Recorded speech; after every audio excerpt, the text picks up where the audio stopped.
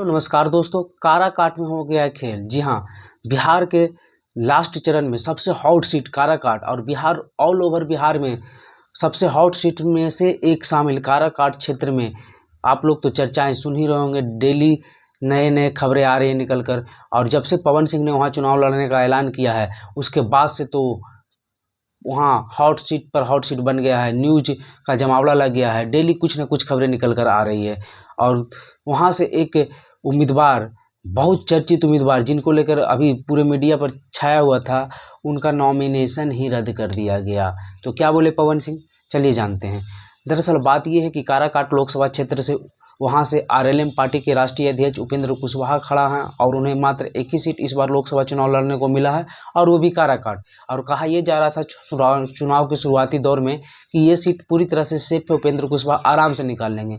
लेकिन जिस प्रकार से पवन सिंह को टिकट दिया गया आसनसोल से, फिर वो उनके गानों को लेकर विवाद हुआ, क्या हुआ नहीं हुआ, उसके बाद उन्होंने टिकट वापस किया या बीजेपी वापस ली, तो फिर से वो आ गए बिहार में चर्चाएं कि आरा लड़ेंगे। लेकिन उन्होंने काराकाट से लड़ने के ऐलान कर दिया और काराकाट में राजपूतों की अच्छी खासी संख्या है। और जब से पवन सिंह काराकाट में चुनाव लड़ने के लिए ऐलान किए हैं, एनडीए की नींद चैन हराम कर दिए हैं, क्योंकि एनडीए के ही वोट बैंक में वो डेंट डालेंगे। पवन सिंह राजपूत जाति का ही वोट काटेंगे और राजपूत जाति परंपरागत रूप से एनडीए का वोट बैंक माना जाता है। और जिसके चलते उपेंद्र कुशवाहा की परेशानियां बढ़ गई है काराकाट क्षेत्र में। और वो उपेंद्र कुशवाहा अभी देख रहे होंगे कि वो दूसरे जगह चुनाव प्रचार नहीं करके अपने क्षेत्र में ही बिजी हैं और पूरी जोर शोर से लगे हुए हैं। और पवन सिंह भी इस बार निर्दलीय काफ़ी जोर शोर लगाए हुए हैं। हालांकि जीते या हारे वो अलग बात है, राजपूत के वोट से तो वो पूरी चुनाव नहीं जीत लेंगे, ये भी है। लेकिन पवन सिंह बीजेपी के नाक में दम कर रखे हैं और बीजेपी ने अभी तक उन्हें बाहर भी नहीं निकाला है। लेकिन हम आपको ये खबर आपको बता दें कि काराकाट में एक और उम्मीदवार, चर्चित उम्मीदवार, लोकप्रिय उम्मीदवार, लोगों की नौकरी वाली दीदी के नाम से प्रसिद्ध, लोगों को नौकरी दे रही थी काराकाट क्षेत्र में आकर, बड़ी बड़ी कंपनियों को ला रही थी और युवाओं को नौकरी दे रही थी, टूटे फूटे मंदिरों को जीर्णोद्धार कर रही थी, बनवा रही थी, किरण प्रभाकर का नॉमिनेशन ही रद्द कर दिया गया है। किरण प्रभाकर निर्दलीय खड़ा हुई थी, जाति से भूमिहार हैं और नौकरी वाली दीदी के नाम से काराकाट क्षेत्र में प्रसिद्ध हैं। तो इस कारण से किरण प्रभाकर का भी अच्छा खासा प्रभाव था और अच्छी मजबूती से चुनाव लड़ रही थी, चुनाव प्रचार भी कर रही थी, नॉमिनेशन भी करवा लिया था। लेकिन उनका नॉमिनेशन चुनाव आयुक्त ने रद्द कर दिया है, जिसके बाद किरण प्रभाकर गुस्से में आकर बोली, ये मेरे खिलाफ साजिश है, हम कोर्ट जाएंगे, चुनाव आयोग के पास जाएंगे, हाई कोर्ट जाएंगे, ये सब सारी बातें बोली। लेकिन इसमें देखने वाली बात होगी आगे क्या होता है। हालांकि चुनाव आयोग जिसका रद्द कर देता है तो रद्द ही, क्योंकि कुछ फॉल्ट नज़र आता है तभी रद्द किया जाता है, सभी को तो नहीं रद्द किया जाता है।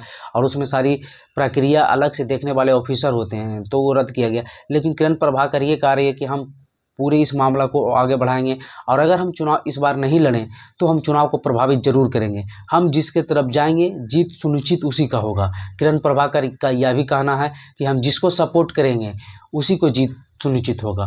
और आपको ये भी बता दें कि किरण प्रभाकर खड़ा होने से नुकसान किसको था, तो एनडीए को था, क्योंकि एनडीए को काराकाट में इस बार काफ़ी ज़्यादा हर एक जाति, एनडीए के जो कोर वोटर है उन्हीं जातियों से कैंडिडेट खड़ा हो गए हैं और अच्छे पॉपुलर कर, जैसे राजपूत से पवन सिंह आप लोग जानते ही हैं, एनडीए के कोर वोटर। भूमिहार से अब जो हैं ये खड़ा हो गए नौकरी वाली दीदी किरण प्रभाकर। तो एनडीए के कोर वोट में कटिंग हो रहा था और इसका प्रभाव अलग क्षेत्रों में आपको दिख सकता था, क्योंकि उपेंद्र कुशवाहा भी छोटे मोटे नेता नहीं हैं, बिहार में कुशवाहा जाति के बड़े नेताओं में शामिल हैं। और अगर काराकाट में एनडीए के कोर वोटर उपेंद्र कुशवाहा को वोट नहीं करता तो फिर लवकुश समीकरण भी आपके बगल वाले आरा हो गया, बक्सर हो गया, पाटलिपुत्र हो गया, सासाराम हो गया, जो जहाँ कुशवाहा की गढ़ कहा जाता है, यहाँ इफेक्ट एनडीए को दिखता और काफ़ी गहरा इफेक्ट दिखता। तो जिसके चलते बीजेपी को कुछ समीकरण सेट भी करना था। तो किरण प्रभाकर का अगर नॉमिनेशन रद्द हुआ है, हम ये नहीं कह रहे कि बीजेपी रद्द करवाइए, नॉमिनेशन अगर रद्द हुआ है तो उससे जरूर उपेंद्र कुशवाहा को राहत मिलेगी।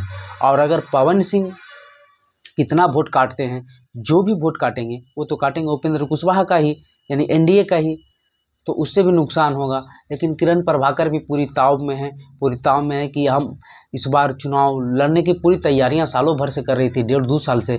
लेकिन नॉमिनेशन रद्द होने के बाद वो कोर्ट जाने को तो कह ही रही है, उसके बाद ये भी कह रही है कि हम जिधर से, तो देखने वाली बात होगी कि वो किधर साथ देते हैं, एनडीए के साथ देते हैं या आरजेडी कैंडिडेट, गठबंधन वाले कैंडिडेट के साथ देते हैं, और जिससे देते हैं वो कह रहे हैं कि वो जीतेंगे, ये भी देखने वाली बात होगी।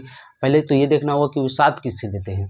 तो चलिए, ऐसे ही इंफॉर्मेटिव वीडियो और लेटेस्ट वीडियो देखने के लिए हमारे चैनल में बने रहें। वीडियो देखने के लिए धन्यवाद।